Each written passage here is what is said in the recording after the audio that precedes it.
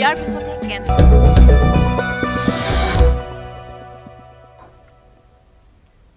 কোকৰাঝাৰৰ কচুগাঁৱৰ লতামাৰীত ভালুকৰ সন্ত্ৰাস ভালুকৰ আক্ৰমণত গুৰুতৰভাৱে আহত হ'ল ৬জনকৈ লোক আহত কেইজন হ'ল শনিৰাম হাজদাৰ ৰমেশ টুডু শনিৰাম মাৰ্ডি সফল হেমৰম বিজয় বসুমতাৰী আৰু বিশ্বজিৎ মুছাহাৰী হঠাতে ভালুকে আক্ৰমণ কৰে লোক কেইজনক আহতসকলক ততাতৈয়াকৈ চিকিৎসালয়ত ভৰ্তি কৰোৱা হৈছে পুনৰবাৰ কৈছো কোকৰাঝাৰৰ কচুগাঁৱৰ লতামাৰীত ভালুকৰ সন্ত্ৰাস ভালুকৰ আক্ৰমণত গুৰুতৰভাৱে আহত হৈছে ৬জনকৈ লোক আহত কেইজন হ'ল শনিৰাম হাজদাৰ ৰমেশ টুডু শনিৰাম মাৰ্ডি সফল হেমৰম বিজয় বসুমতাৰী আৰু বিশ্বজিৎ মুছাহাৰী হঠাতে ভালুকে আক্ৰমণ কৰাৰ ফলত আহত হৈছে এই সকল লোক আৰু আহত আটাইকে চিকিৎসালয়ত ভৰ্তি কৰোৱা হৈছে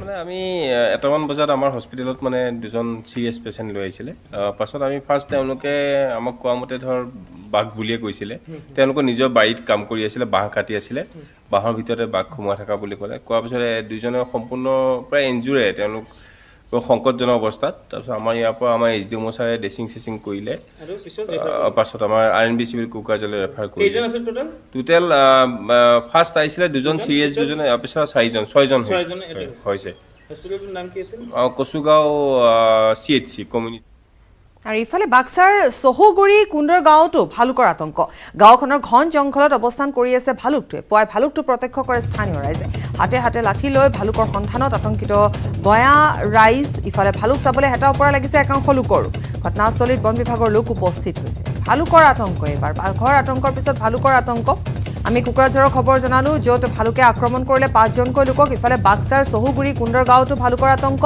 গাঁওখনৰ ঘন জংঘলত ভালুকটোৱে অৱস্থান কৰি আছে বুলি জানিব পৰা গৈছে পুৱাৰ ভাগতে ভালুকটো প্ৰত্যক্ষ কৰিছিল স্থানীয় ৰাইজে হাতে হাতে লাঠি লৈ এতিয়া ভালুকৰ সন্ধানত নামি পৰিছে আতংকিত হৈ পৰা গাঁৱৰ ৰাইজ ইফালে ভালুক চাবলৈ হেতা পৰা একাংশ লোকৰ ঘটনাস্থলীত উপস্থিত হৈছে বন বিভাগৰ লোক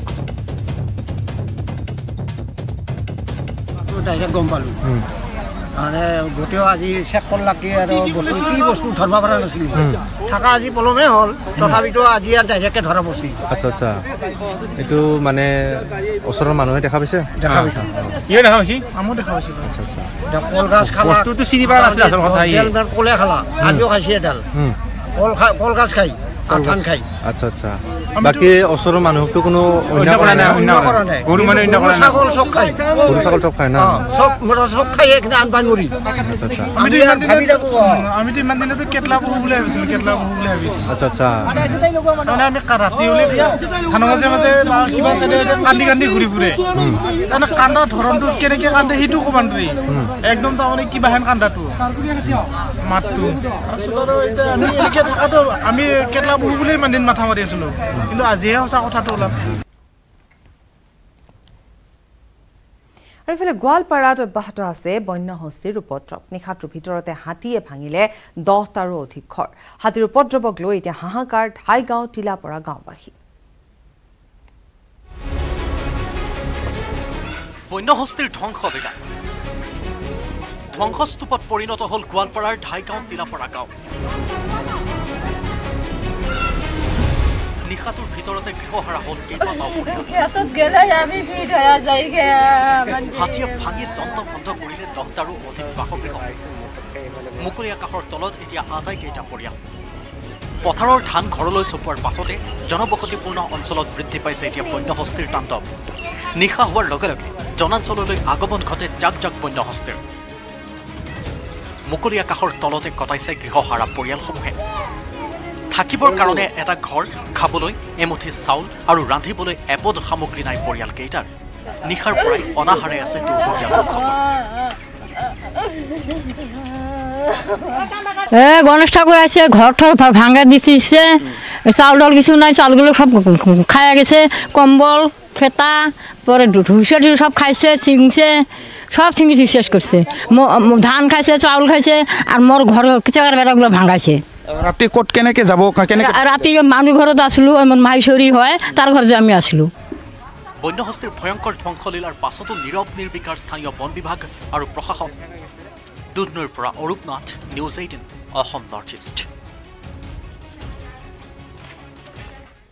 সাহিত্যিক গৱেষক তথা প্ৰাক্তন মন্ত্ৰী নীলমণি চেণ্ডেকাৰ 8টা খণ্ডৰ সংকলন অসমীয়া ভাষাৰ আত্মপ্ৰতিষ্ঠাৰ সংগ্ৰামৰ ইতিহাস আৰু অন্যান্য প্ৰসংগ সোমবাৰে অসম বিধানসভাৰ চেণ্ট্ৰেল হলত উন্মোচন কৰে অধ্যক্ষ বিশ্বজিৎ দৈমাৰীয়ে। গ্ৰন্থ উন্মোচন কৰি অধ্যক্ষ দৈমাৰীয়ে অসমীয়া জাতিৰ ইতিহাস বহুতে বিকৃতকৈ লিখাৰ বাবে আক্ষেপ প্ৰকাশ কৰে আৰু জাতিৰ ইতিহাস লিখাত গুৰুত্ব দিবলৈ আহ্বান জনায়। এই প্ৰতিবেদন আগবঢ়াই বাতৰিৰ পৰা বিদায় লৈছো। নমস্কাৰ। এয়া সোমবাৰৰ দৃশ্য। অসম বিধানসভাৰ চেণ্ট্ৰেল হলত এনেদৰে উন্মোচন কৰা হয় সাহিত্যিক গৱেষক তথা প্ৰাক্তন মন্ত্ৰী নীলমণি চেণ্ডেকাৰ গ্ৰন্থ অসমীয়া ভাষাৰ আত্মপ্ৰতিষ্ঠাৰ সংগ্ৰামৰ ইতিহাস আৰু অন্যান্য প্ৰসংগ। মুঠ 8টা খণ্ডৰ এই গ্ৰন্থ উন্মোচন কৰি বিধানসভাৰ অধ্যক্ষ বিশ্বজিৎ দৈমাৰীয়ে ৰাজনীতিৰ মাজত থাকিও এনেধৰণৰ গৱেষণামূলক গ্ৰন্থ লিখি উলিওৱাৰ বাবে নীলমণি চেণ্ডেকাক অসাধাৰণ আখ্যা দিয়ে। ৰাজনীতিটো সদায় যুদ্ধই সদায় সংগ্ৰামে হয়। মনে মনে থাকিলেও এতিয়া মন্ত্ৰী হলেওতো শান্তিত নাই, কি জানি নেক্সট হাৰে।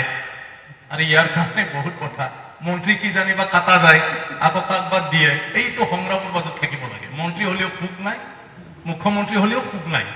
কেতিয়া নামিব লাগিব আৰু কেতিয়া কি কৰিব লাগিব, তাৰ মাজতে এই কিতাপ লিখা। মই সাধাৰণ মানুহে নোৱাৰে, আপুনি অসাধাৰণ। মানুহৰ লগত আপোনাৰ কেৰেক্টাৰটো নিমিলে, ভাৱধাৰাটো নিমিলে, চব নিমিলে আপোনাৰ। মানে ঈশ্বৰে অন্য ধৰণে সৃষ্টি কৰিছে একে সময়তে। স্বভাৱসুলভ কথনশৈলীৰে নিজৰ বক্তব্য ৰাখি অধ্যক্ষ দৈমাৰীয়ে সৰু সৰু গ্ৰন্থ লিখিলে পাঠকে পঢ়াত সুবিধা হয় বুলি উল্লেখ কৰে। বেছি ডাঙৰ কিতাপটো মই ছাপৰ্ট নকৰোঁ, কাৰণ পঢ়া মানুহজন ভয় খায়। এই গানটো মই কেতিয়া পঢ়িম, তাৰপিছত চোৱাই নহয় কিতাপখন। সেইকাৰণে কিতাপবোৰ লাগিলে আপোনাৰ 50টা চিৰিজ থাকিব লাগে, কিন্তু পঢ়ুৱৈজনে এনে থকাতকৈ এইখিনি চাওঁ বুলি যাতে ভাবে। অৱশ্যে অসমৰ সমাজ জীৱনৰ ইতিহাস সম্বলিত 8টা খণ্ডৰ গ্ৰন্থই উঠি অহা প্ৰজন্মক জাতীয় ইতিহাসৰ জ্ঞান দিব বুলি উল্লেখ কৰে অধ্যক্ষ দৈমাৰীয়ে। আমাৰ সমাজ জীৱনৰ কথা আগত কি আছিল, আজি ভাষা সাহিত্য, আমাৰ জন্মভূমি মাতৃভূমি, ইয়াৰ ইতিহাস, এইবোৰ এই পুথিৰ দ্বাৰা, এই কিতাপৰ দ্বাৰা আমাৰ উঠি অহা নতুন প্ৰজন্মই সকলো ইনফৰমেশ্যন পাব আৰু সেইটোৰ জৰিয়তে তেওঁলোকেও সমাজ জীৱনটোত যিটো কাম কৰিবলৈ হাতত লয়, ইয়াৰ বহুখিনি ইয়াৰ পৰাই তেওঁলোকে সহায় পাব। ইপিনে গ্ৰন্থৰ লেখক নীলমণি চেণ্ডেকাই উত্তৰ প্ৰজন্ম লাভান্বিত হ'ব বুলি সদৰি কৰে। এই গৱেষণামূলক গ্ৰন্থ বুলিও ক'ব পাৰে বা তথ্যভিত্তিক গ্ৰন্থ বুলিও ক'ব পাৰে। কেৱল আমি ভাবোঁ, আমি বিশ্বাস কৰোঁ নতুন প্ৰজন্মই এই গ্ৰন্থসমূহ অধ্যয়ন কৰি অসমৰ অতীত ভাষাৰ আন্দোলনৰ ইতিহাস কিছু অন্তত উপলব্ধি কৰিব পাৰিব।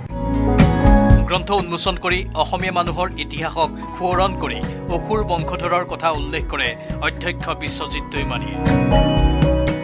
মহাভাৰত এই ৰাক্ষস বিলাকৰ কথাটো কৈ থাকে, ৰাক্ষস অসুৰ বিলাকৰ কথা। অসমত বাদ দি অসুৰ ক'ত আছিলে? গোটেই অসুৰটোতো অসমতে আছিলে। বান ৰজাকক কৈছিলে বানাসুৰ। Kumar Engineering Power Dealer, now with free registration, insurance and easy finance. Contact Skylight Automotive Private Limited 7002